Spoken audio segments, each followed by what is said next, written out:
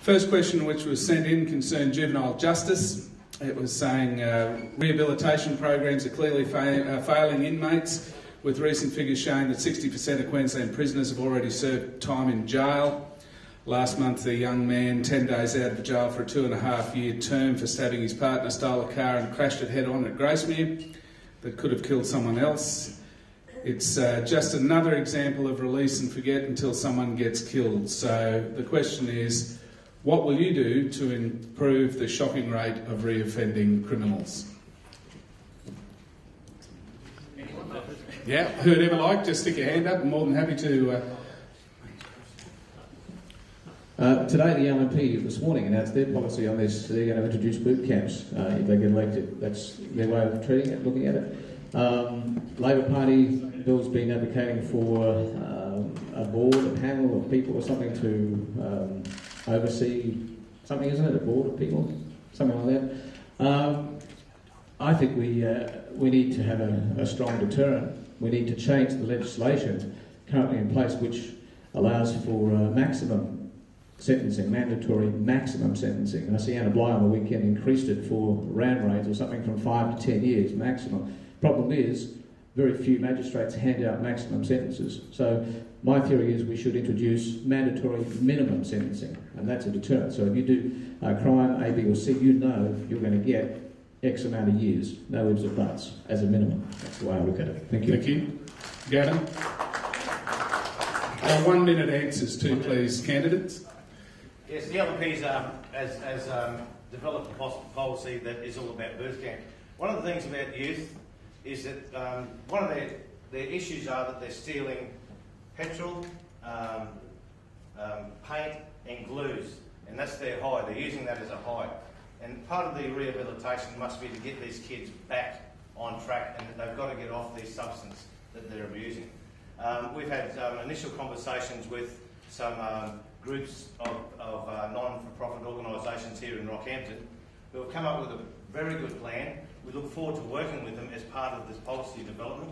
And look, when you're dealing with children, I can see there's obviously a lot of parents in this room, but when you're dealing with children, you need the stick and the carrot, which means you need to, these kids need to understand what they've done wrong, but they also need love. And without love, they'll never go forward. So that's a balanced policy on youth justice, and that's how I look at it. Thank you, Gavin. Chris? We get back to that 30% youth unemployment, and that's where it all comes from, but I believe boot camp's a good idea. We've got to take them bush, you know, you've got to take them walkabout, you've got to take them, you know, I'll say, the little white bastards and the little black bastards that are playing up. And you've got to, their parents have got to admit them and say, hey, well, they've got to start admitting, they know the kids are playing up, they've got to take them bush. And you don't really have to do much with them. You just got to sit around a campfire, get them all relaxed, right, and get them to relate to different people. And you know, if you 2 or 3 backpackers in there, I don't know whether anyone knows about woofing. I did woofing for 10 years. Willing workers on organic farms. You can tour Australia and you work on farms and food and you get to know different people. You mix the kids up and just get them to calm down. Then you can, but you've got to have. You're playing a game in Rocky. You don't want them to get unemployed. You know, you don't want to give them a job. So in your big development, you've got to give kids a job. Diane?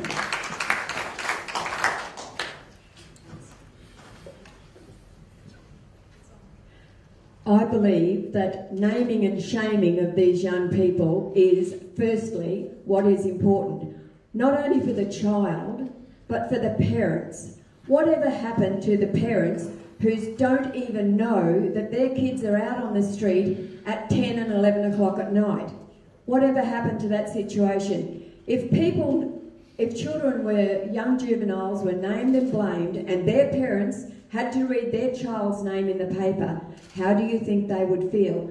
I think that it's time that the parents stood up and took some responsibility for their own children, and that the judicial system did not just slap them on the wrist and say, don't worry about it, kids, and put them back in the community. They're not doing anything for them like that unless they rehabilitate them in a better way, giving them some punishment, naming them and shaming them, and making the parents be part of the situation. Then we're not going to have any assistance at all. Thank you, Diane. I believe, Bill, you wanted to say something. We'll make this the last one on this one, and then we'll move on. Well, I assume some of you have been watching the tete-a-tete between myself and the Liberal National Party about this issue over the last probably 12 months. Now, we've had some successes with Labor initiatives of recent times, where of the 17 children that were identified as core problems in Rockhampton, we've had a 56% turnaround in those kids. Now, none of the things that are put on the table here, these simplistic, shallow responses to these issues, are going to make a slightest difference. This is a complex public policy issue, one that requires thoughtful, adult, considered responses. Now, nothing that you've heard here is other than populist nonsense. It's shopping for a vote, shopping for simple solutions to complex problems. If that's what you want, well, I suppose you can have it. But boot camps, nonsense. Rehabilitation, nobody is saying that we're going to rehabilitate every child that goes wayward. We're turning them around surely but slowly. That's all that we can do. The community has problems with transparency and seeing what's going on in government departments. That's what this board is about. And if you don't know, Bruce, what it is now, after the number of times I've spoken about it, you must be deaf. Thanks, Bill. And after we've got another couple of questions, and then, folks, we're going to be throwing it open to the audience, so get your questions ready. And we've got another couple of Morning Bulletin questions to go. Thanks, Simon. Two more. First of all, to all candidates, do you support the establishment of a Gracemere High School, bearing in mind that in Year 7s enter high school in 2015? Rocky High will need building done to accommodate them, so why not do it at Gracemere? Gavin. Okay, the LNP announced this morning through Ted Malone that there's a Schools Plans Committee, which identifies growth areas in Queensland, and one of the highest priorities that we have here is the need for a high school in the Gracemere vicinity. I will work absolutely tirelessly to ensure that the needs of the Gracemere community come to fruition. We're not talking about a $20 million high school here, we're talking about a starter school, the same as Robina. We're talking about grades 7 and 8 in 2015. So we're not delivering a massive science lab, we're not creating a university. What we're doing is grade 7 and 8. They need manual arts, they need a small science block, they need an administrative centre and the ability to do their sports. So what we're doing is we're doing it in sections so that it's affordable to not only the government but also acceptable to the community. Bill? Righto, the high school at Gracemere. I don't know whether they're committed to building one or not from that. Did he say that they're committed on this election to build a high school at Gracemere? Is that what you said? No, he didn't say that. So he's, like me, supportive of the idea. Now, what's coming out in 2011 will be the result of the census right now, and there's some doubt about what the growth rates are at Gracemere and what the population is. But the reality is that we will, I think every candidate here is supportive of a Gracemere High School, but when we do it, it's got to be delivering the services, the types of subjects that are going to make it a worthwhile and dynamic proposal. There's no point in setting up a little tiny environment there which provides nowhere near the level of education that you can get presently at Rockhampton High School. So the reality is that the state government retained the property last year when the department wanted to sell it off. That signals that Labor sees the advantage of having a high school at Gracemere. There's no question of that. We support it, we've retained the land for that. The 2011 Bureau of Statistics numbers that come out will substantiate whether or not the demand is there, and on the basis of population, the decisions will be made whether to proceed or not. Now, I don't know how much more direct you can get.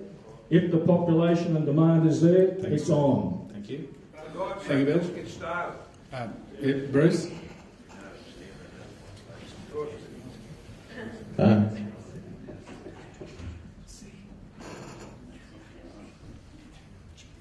For all my deaf friends, just in case.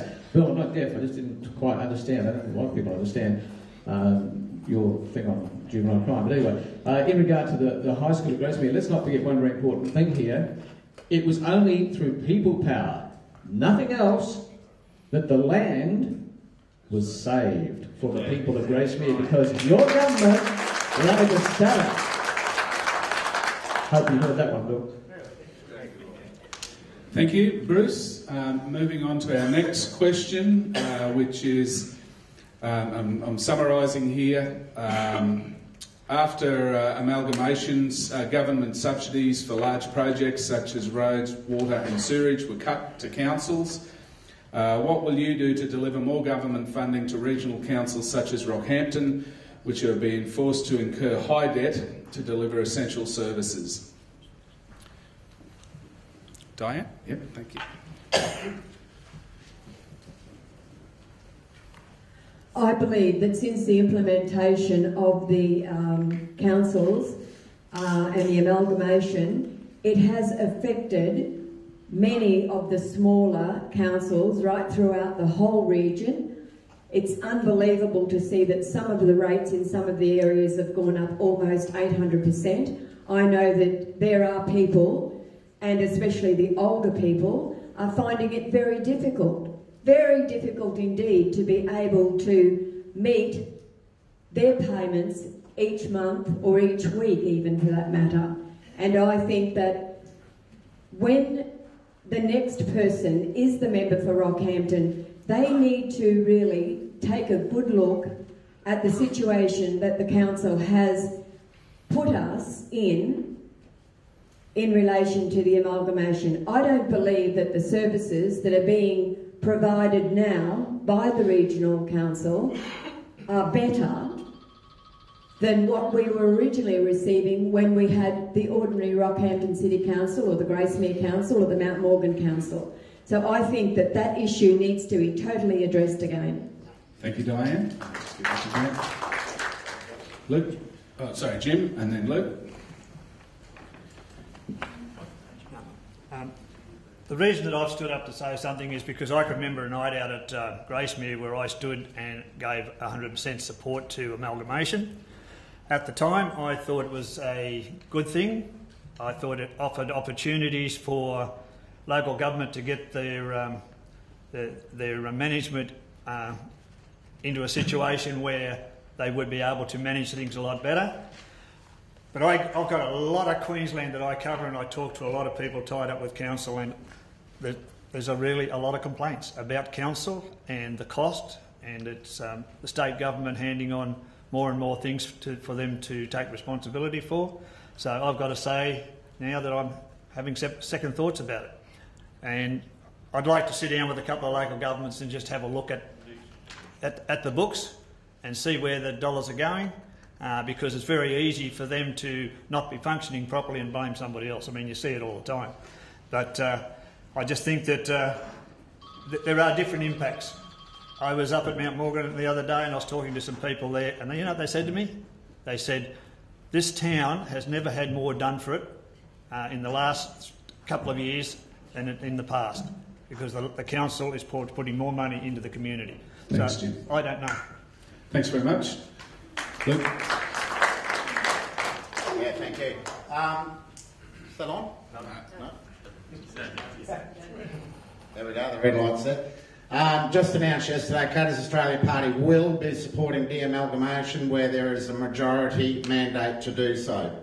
Okay, we will also be reducing vehicle registrations for commercial vehicles by 25%. We will be dropping a 7% surcharge on electricity from everybody's power bill. We will be returning water assets to local government, and I personally will be looking very hard at the corporatisation of local government, which has not also taken on the corporate responsibility of any other business in this country. Thank you. Thank you. Thanks, Luke. And Bruce, I believe you. Unfortunately, Chris, we'll just make this the last one. Just a quick grab. I just wanted to say one thing that hasn't been said on amalgamation so far. That is that it was forced amalgamations. There was no consultation. So we want to get that perfectly clear. The other thing I want to say is that up and down the coast, lots of amalgamated councils were able to put in their bill for what it cost. The bill for the cost of the amalgamation for the 4 local governments here was $8 million. This bill was put in by the Rockhampton Regional Council and it wasn't paid. The reason that it wasn't paid is what Rockhampton has always been considered a safe legacy. Thank you. We might now move to some questions from the floor. So one in the front here, if you could please just state your name and just ask the question. Michael McCabe, Capricorn Conservation Council. We've heard a little bit about a tiny amount of ecological issues. I spent last week delivering to the United Nations talking about which will be the strategic assessment of the limits of the Great Barrier Reef to cope with development.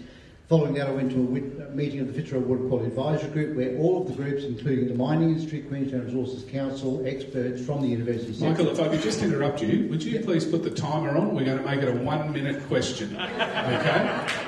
And the basic issue was the ecological capacity of our river. We're about to see dams and weirs, etc., and massive developments all over. And I just would like some comment from the candidates about where the ecological resilience of our river and Great Barrier Reef fit into the schemes that they're talking about. Thank you very much. Chris?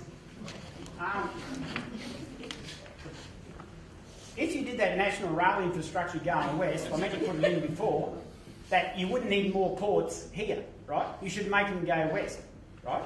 Now, Western Australia might have a little bit, there's major stuff near Port Hedland and all that sort of stuff, okay? Now, the river, we're polluting our river, right? You know, hang on. You know, are we smart? You know, it's just not on, is it? Thank you. Anybody? Bruce? Money, Greg, you know, new car. Whilst we're fully dependent on royalties to pay the bills, which we are, because the state's broke, you're going to see compromises in all these kind of things. We had the UN here last week in Gladstone. They're going to send a report to the feds, and the feds can decide. I mean, it was wasted time them coming. They're a toothless tiger, it would seem.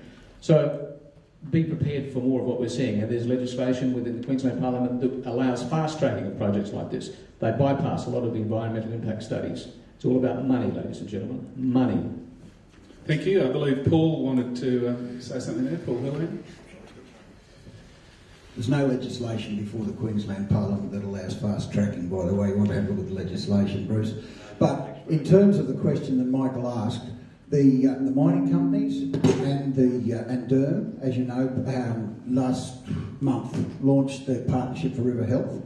There are 26 partners and there are 450 monitoring stations. The realities are that I don't believe that they do know what's going in the river, or they haven't gone far enough in their testing. That will show what is going in there, and it will show what it needs to be done. And that's being run through the Fitzroy Basin Association. So, thank you, Paul. So, Shane. I might be able to help you out here because this is my job. What happens with water testing to meet the Australian standards for potable water? There is a range, and there's all sorts of chemicals, elements that are in that range. Now, it still might be in the range. When you get the lab reports back from the independent laboratories, it still will be in the Australian standard range. But it will be highlighted in bold print that it is at the upper reach of that range. And it does affect the quality of water, taste, odour, whatever. I feel that somewhere down the track we will have to have water treatment plants at every mine along that river. It is going to come, we will have to do it. Thank you very much, Shane. Another question? Yes, certainly here in the third row.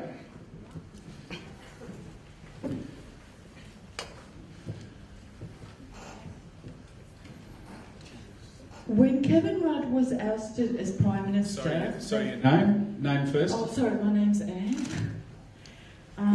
The nation gasped. When Julia Gillard introduced a carbon tax, many voters were angry.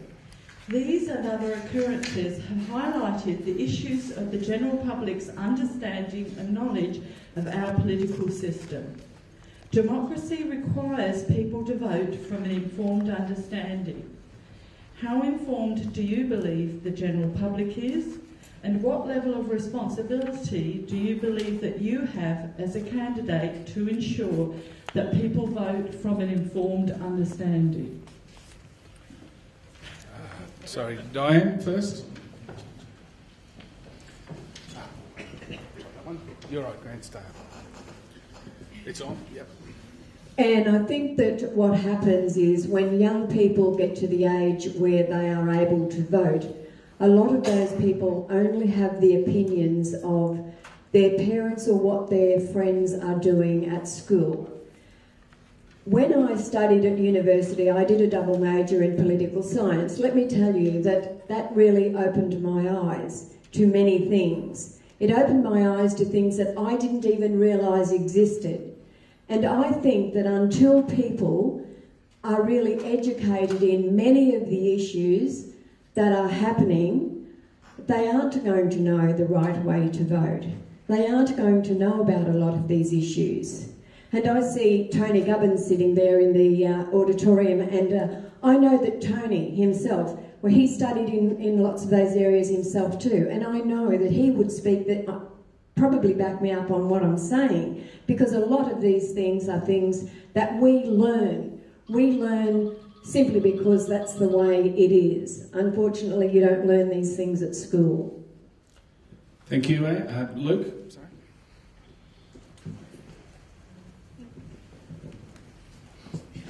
Yeah, thanks. Look, in just campaigning, this is probably the fourth election campaign I've worked on, the first as a candidate.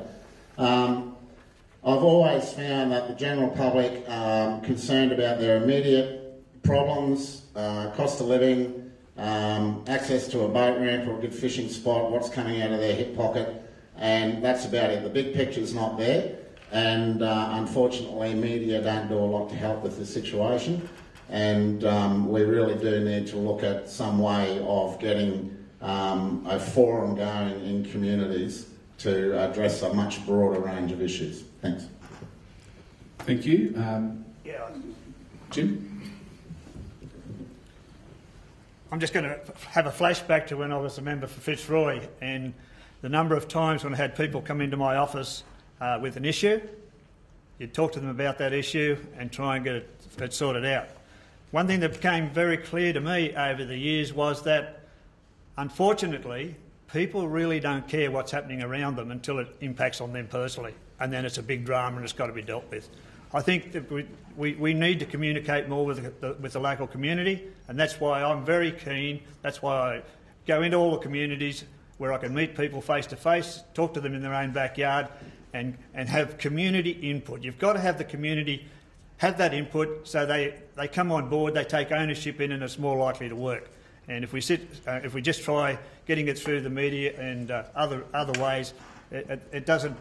Our letterbox dropping, I'll get worked up about this. Our letterbox drops, I think they're a waste of time, because 90% of people are picking it up, it's just rubbish and throwing it in the bin. There's got to be different ways. Thank you, Jim. And Bruce, make this the last one on this one. The projects of special significance legislation is what I was referring to as a matter of interest there before. I think the reason a lot of people are not appearing to show interest in politics and the way it works is because basically they're very disenchanted with politics at a federal and a state level. They're disenchanted with all the infighting, all the bickering, all the factions making decisions that they should be a part of. I don't think they feel like they're a part of the process anymore. I think that's probably a big part of the problem. Thank you. Another question. Grant's just got the mic. Steve Robinson speaking. Mine is an extension to what Anne said, is where is the solution where in Queensland we've got two constitutions? We've got the 1867 and we've got the Peter Beattie 2001. How can people have an input into their own constitution? So we've been left out of it. Another extension was the national competition legislation, which is deliberate removal of public ownership into private enterprise, right down into the Rocky Regional Council under their policy document, which is to align with the national competition, which turns everything to private enterprise. I believe there has to be a balance between public and private, and the issue of amalgamation input, 80% of people had a plebiscite vote on that. What do the people have to do? I'd like to know what solution we can put in to protect the rights of Queenslanders. We have no rights in Queensland. Thank you. Thank you. Chris Hooper.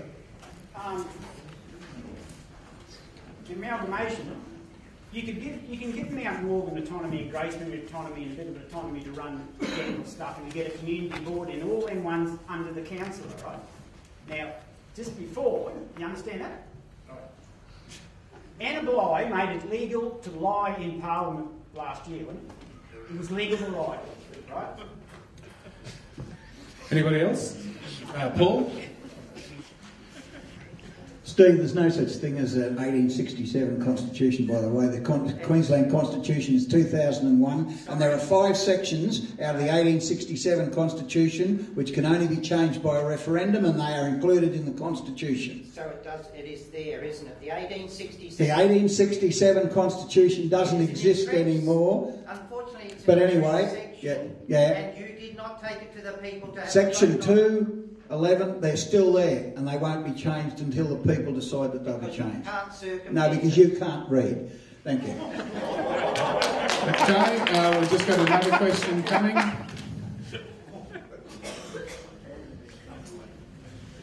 This will be the second last one. We've got time for one more after this. Anyone that saw the Four Corners programme last night on the demise of bad government and stupid thinking in Ireland, what a catastrophe that was with the debts. Now, when we start getting back to this local government issue, local government has been taken from us. We've been forced not only to accept what the state government is demanding, but to swallow all the pills of debt and costs. It's because they themselves are failing. They're shoving us off the swing for ourselves. And we should definitely fight for de-amalgamation. In every society, as far back in history... Sorry, sir, is there a question in this? Yes. As far back as you can go in history, every society has collapsed via centralisation. The collapse of Rome being one of them. And that means local government, after the collapse, then picks it up. I want to know what each of the candidates feel about actively promoting de-amalgamation. Thank you. Well, we've heard from some. Anybody else like to? Bruce? Just very quickly, the LNP's policy is within the first 100 days of achieving office, we will appoint a Queensland Boundary Commissioner who will look at those shires who have expressed a desire to de-amalgamate. What will happen from there is that person will look at the financial capabilities of those shires, those groups that have expressed a desire to de-amalgamate. They'll do a boundary alignment, and if those two criteria then stack up, what will happen from there is that they will then go to the plebiscite, so it'll go to a vote.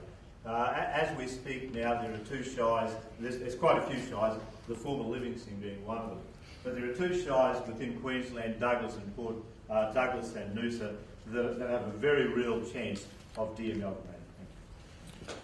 Paul? John, since I know where the question came from, what Bruce tells you is not quite correct. If you have a look at the LNP policy, they want to leave councils exactly as they are, and there's one sting in the tail. Anyone who thinks they're going to de-amalgamate should look at what the cost is going to be, because the LNP says if there is going to be 1 cent of cost to the state, there won't be any de-amalgamation. And you think about what it costs to amalgamate, take into account what it will cost to de-amalgamate. Thank you. And last one, Grant, if there's someone who hasn't had a crack ideally. Hi, Helen Quaid. Just talking about Great Keppel Island as a resort, I think most people that I've spoken to really want a resort there, and I definitely do. The only thing that, on a personal basis, I don't like is the current proposal talks about a rather large cost to us to get the resort as it is at the moment, which is public land would be used as private land for tower holdings to to put on 1,050 villas that will be sold privately and only for private people then to go there.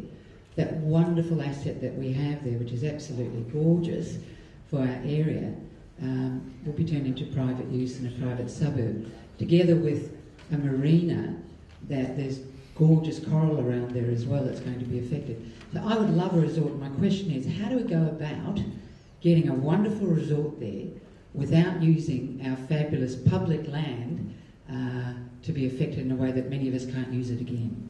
Thank you, Helen. Luke, you had your hand up. Thanks, Helen.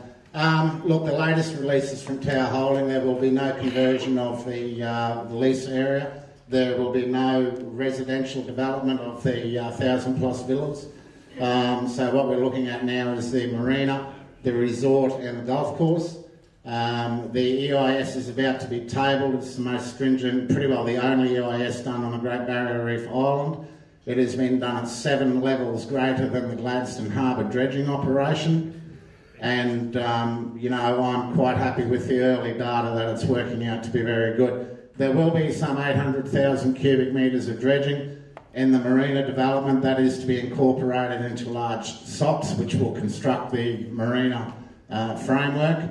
And I've been told by fairly reliable scientists that some of the photos of the soft corals and sponges and things that were mooted at Australia Day at Yeppoon were photoshopped. Thank you.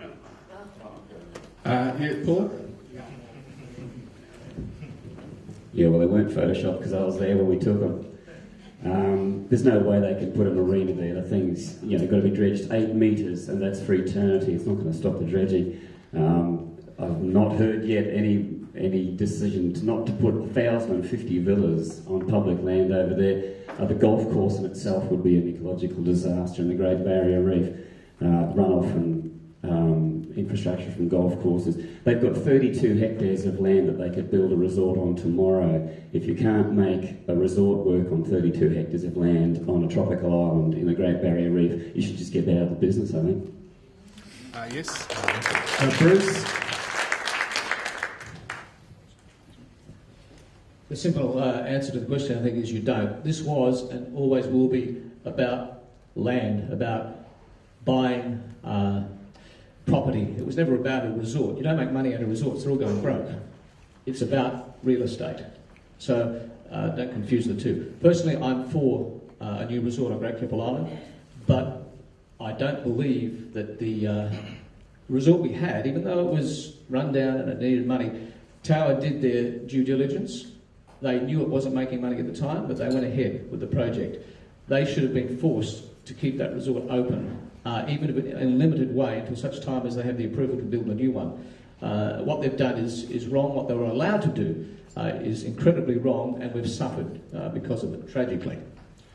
Thank you, Bruce. Well, ladies and gentlemen, thank you very much. Thank you, our candidates. Thank you for coming along. Thank you for the spirit